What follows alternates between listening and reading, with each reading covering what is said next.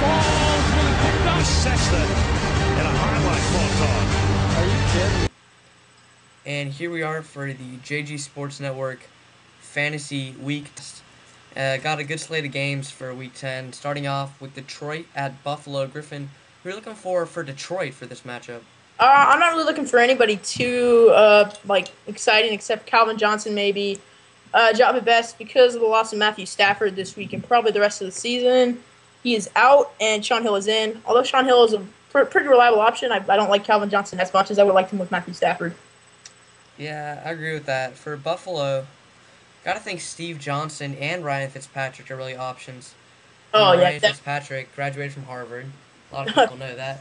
Obviously. Yeah, coming in halfway through the season, putting up 20-plus points consistently. I mean, this guy produces a lot for a backup. And Steve Johnson. He's definitely kept the Bills in games this year, which has been a big thing. Yeah, Steve Johnson. Yet. Steve Johnson come big games, yardage-wise and touchdown-wise. I think these guys are really going to have some good numbers. So after the Lions-Bills matchup, here come the Bears and Vikings. Griffin, what's your take on this game?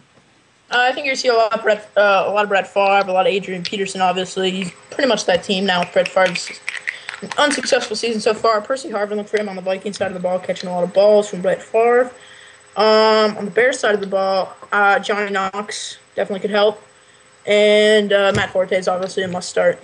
Yeah, about Percy Harvin, something to note, he was out practice the last 2 days with migraine issues like he had earlier in the season. We'll have to see about that as we get closer to Sunday. I mean, that's definitely good to note, but Percy Harvin's a pretty tough guy. He hasn't missed much games this year. He had a serious quad injury, I think, last week, and he still came away with 90 yards and a touchdown. And on Chicago, one of the main differences you'll see, you look at the defenses, Minnesota, shockingly, the better defense, but rushing yards allowed. Chicago has the edge, but with Adrian Peterson, I don't think these defensive numbers really matter, so I don't think matchups should be a really big issue when you're looking for someone to start. Although at a flex position, I would look at Barbarian. He had some production last week, and he might be able to follow up with that as Brett Favre has some confidence. Yeah, in a deep league, very deep league for to play Bernard Berrian. But this is your chance with Sidney Rice possibly coming back in the near future, like this week or maybe even next week. We have the Jets and the Browns. Griffin, again, your take? All right, well, I really hate all the Jets wide receivers right now. I mean, with the unreliability of Mark Sanchez, Santonio Holmes, Brandon Edwards, just not that big of people to me. On the Browns side of the ball, you're not really looking for any receivers. Maybe Mohamed Massaquoi. He has been pretty silent this year, but the guy I'm looking for is Peyton Hillis. Definitely going to be a big part in this game.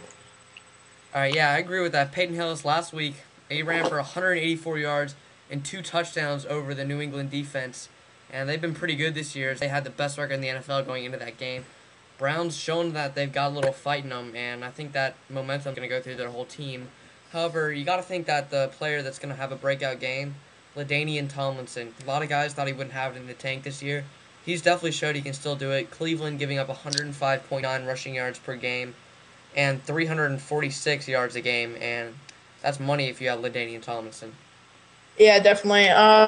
Also, I mean, this is kind of crazy in a deep league. Maybe Colt McCoy's action. He looked pretty good last week against the Patriots, and he's played a lot of tough D's this year. Yeah, Colt McCoy. Good flex option if your quarterback has a bye week, for example. Aaron Rodgers and the Packers have a bye week. He could be a good add from free agency.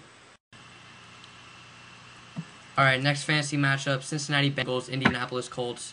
And with the Colts, you got the obvious ones. You got Manning, you got Reggie Wayne. And a little surprising this year, Austin Collie, but he will be out with an injury. And the Bengals, Terrell Owens has had a great season. Aside from that, Griffin, any unsung heroes you see coming out big in this game?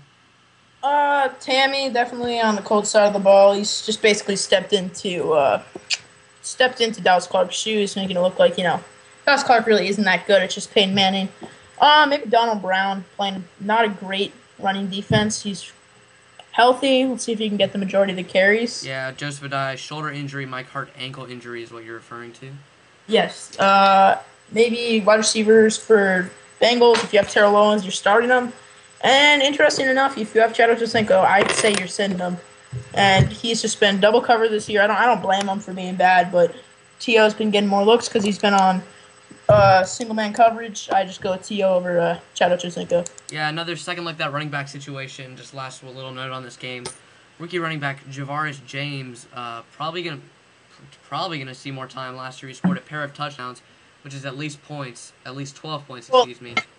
I mean, to be fair, James came in when the Colts were in the spread, and those 2 times were really the only times the Colts scored. And during the spread, he's the one who usually runs the ball. So it'll be interesting to see if Donald Brown can get in the end zone and maybe get 10, 12 fantasy points. All right. Aside from that, next matchup, we got Tennessee Titans, Miami Dolphins. Tennessee Titans, Vince Young coming off an injury, but he is expected to play, return to practice today. Griffin, you got some high praise for him. Yeah, I just love Vince Young, sorry. He has been great this year. He's been great at throwing the long ball. And Randy Moss coming to a new team, running, hustling for the first week. It's definitely going to be a deep threat for him. Open some things up. Yeah, and other side of the ball, Chad Henne out with an injury, bringing in Chad Pennington to start. 2 years ago, he led his team to 11-5, but last year was 0-3 before he went down with a shoulder injury. And remember, back in that 08 season, he did lead them to the AFC title, so you know he's got what it takes. I think he might be a flex option. I really don't think he has what it takes. And he's just old, and that Miami offense is just so dysfunctional. I mean, Brandon Marshall's the really only big, young, talented, or not young, but superstar they have. Ricky Williams and Ronnie Brown are just over the hill, and they haven't been running that effective except for last week's matchup. Yeah, Randy Moss for Tennessee will be a deep threat, will help Vince Young, but I gotta say, you can say what you want about Chad Pennington. I like this matchup with them. Yeah. I really don't. The Titans have a very good defense this year. I expect for Chad Pennington to maybe throw 1 or 2 picks, maybe a touchdown in there. We'll see. Accurate passer. I like him. We'll see. So, aside from the quarterback position, Chris Johnson, usually good, but I think he's going to be opened up even more with sideline vertical threat of Randy Moss. Well, that's definitely true. I mean, there'll only be like 7 in the box instead of 8 stacked for him. I think it'll definitely be a big difference.